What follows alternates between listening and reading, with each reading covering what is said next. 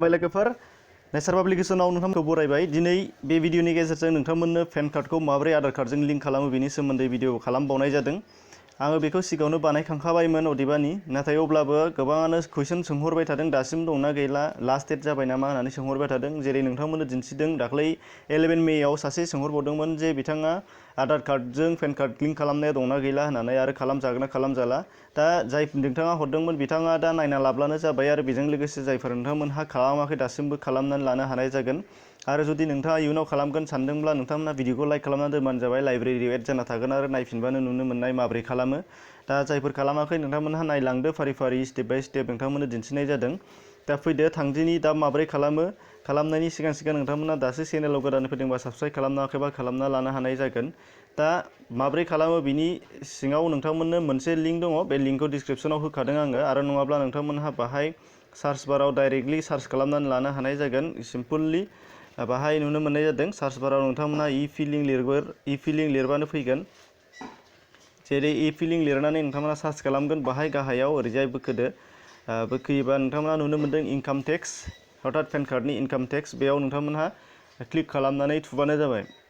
बाहाय थुनाय लोगो लोगो नोंथांमोननाव बेबायदि मोनसे इन्टारफेस जागोन आरो बाहाय मोनसे एड फैगोन। बे एड्सखौ नोंथांमोनहा दाननानै लाबानो जाबाय जेरै दानदों। एड्स दानखांनायनि उनावहाय ओरैजाय साइडथिंजाय नोंथांमोनहा नुनो मोनगोन गोबांथार अपसनफोर।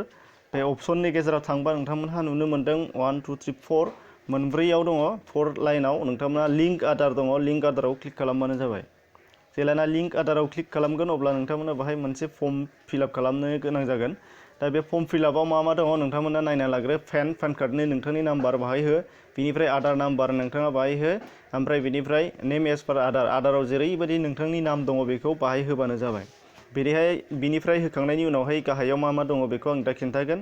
दा नोंथांमोना गावबा गावनिखौ खालामनानै लाग्रोदो बे मोनथामखौ फिलआप। आङो थाब खालामनानै लानि। दा अब्ला लोगोफोर मोनथामखौ फिलआप खालामखांनायनि उनावहाय गाहायाव नोंथांमोना नुनो मोनदों I have only year of birth in Aadhaar card. जुदि नोंथांनि आधार कार्डआव डेट अफ बार्थआ नोंथांनिया इयारल' दङब्ला, जायफोर आधार कार्ड बानायनायनि सिगाङाव जायफोर जोनोम मोनदों बिसोरना डेट अफ बार्थ जायफोरा सार्टिफिकेट होनो हायाखै बिथांमोना इयारखौल' गोसोआव दंबा इयार होनाय थायो। दा बेनि थाखायनो जुदि नोंथांना इयारल' होनाय दंबा नैबे गाहायनि टिक बाराव थुबानो जाबाय। नाथाय जुदि नोंथांना फुल डेट अफ बार्थ दंजोबोबा नोंथांमोना बेखौ खालामनाङा। बिनिफ्राय आइ एग्रि भेलिड माइ आधार डिटेल्स उइथ इउआइखौ नोंथांमोना बाहाय क्लिक खालामखांनायनि उनावहाय गाहायाव नोंथांमोना बाहाय केपसा नुदों आरो जुदि बे केपसाखौ बुनानै होगोन नैबे गाहायाव, आरो बुनानै होआबा गाहायाव नैबे नोंथांनि मबाइल नाम्बार होनानै रिकुवेस्ट खालामनाय अटिपि थांगोन। नोंथांमोना बे अटिपिजों खालामनो हानाय जागोन। दा बे अटिपि खालामनायखौ नोंथांमोना खालामालासे नैबे केपसाखौनो बुना लानो हानाय जागोन। नोंथांमोना नोंथांमोननि केपसाया मा जाखांनाय दं बेखौ बुनानै लाब्लानो जाबाय। आङो थाब बुनानै लानि, नायनानै लाबानो जाबाय। KRL7YG केपसाया नोंथांमोना जुदि मिलायजोब्बायबा गाहायाव नै बाहाय नोंथांमोनहा नुनो मोननाय जादों लिंक आधाराव थुना होबानो जाबाय। जेरै लिंक आधाराव थुनानै होगोन बेयो नोंथांमोना रिकुवेस्टआव थांगोन। दा दान्दिसे उनावनो बियो जाफैगोन आरो बेखौ माबोरै चेक खालामनाय जायो बेखौबो दा डिटेल्स खिन्थाखानाय जागोन। नोंथांमोननो नायना लांबाय थाबानो जाबाय। थ' अब्ला नुनो मोनबाय नोंथांमोनहा रिकुवेस्ट थांबाय। नै बाहाय नुनो मोनदों your request has been send to UIDAI for validation of Aadhaar बाहाय थांबाय। दा बेनिफ्राय नोंथांमोनहा चेक खालामनांगौबा माबोरै आधारा लिंक जागोन ना जायाखै बेखौ नोंथांमोनहा हम पेजाव थांनानै नायफिननांगोन। हम पेजाव दङ नैबे साखाथियाव जिंथाराव ओरैजाय आगदाथिं हम लिरनाय दङ, बे हम पेजाव थांफिननांगोन। जेलाना हम पेजाव थांफिनगोन माखासे अपसनफोरा फैफिनगोन आरो बेयावनो नोंथांमोनहा माबोरै चेक खालामनांगौ जादोंना जायाखै बेखौ नुनो मोननाय जागोन। हम पेजआ अपेन जागासिनो।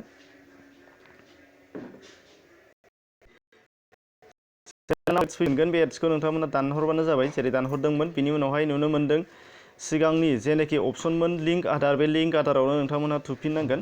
थुफिनखांनायनि उनावहाय ओरै आगदाथिंजाय नोंथांमोनहा नुनो मोनगोन गोजौआवहाय फारियै नायना लालांबा नुनो मोननाय जागोन। गोजौआवहाय नुनो मोनदों नैबे आगसि खनायाव click हियार to view the status if you have already submitted link Aadhaar request. बाहाय नुनो मोनदों नोंथाङा जुदि रिकुवेस्ट हरखांखाबाय दहाय, बेनि थाखायनो बाहाय गोजौआवहाय स्टेटासखौ नायनो थाखाय क्लिक खालामबानो जाबाय।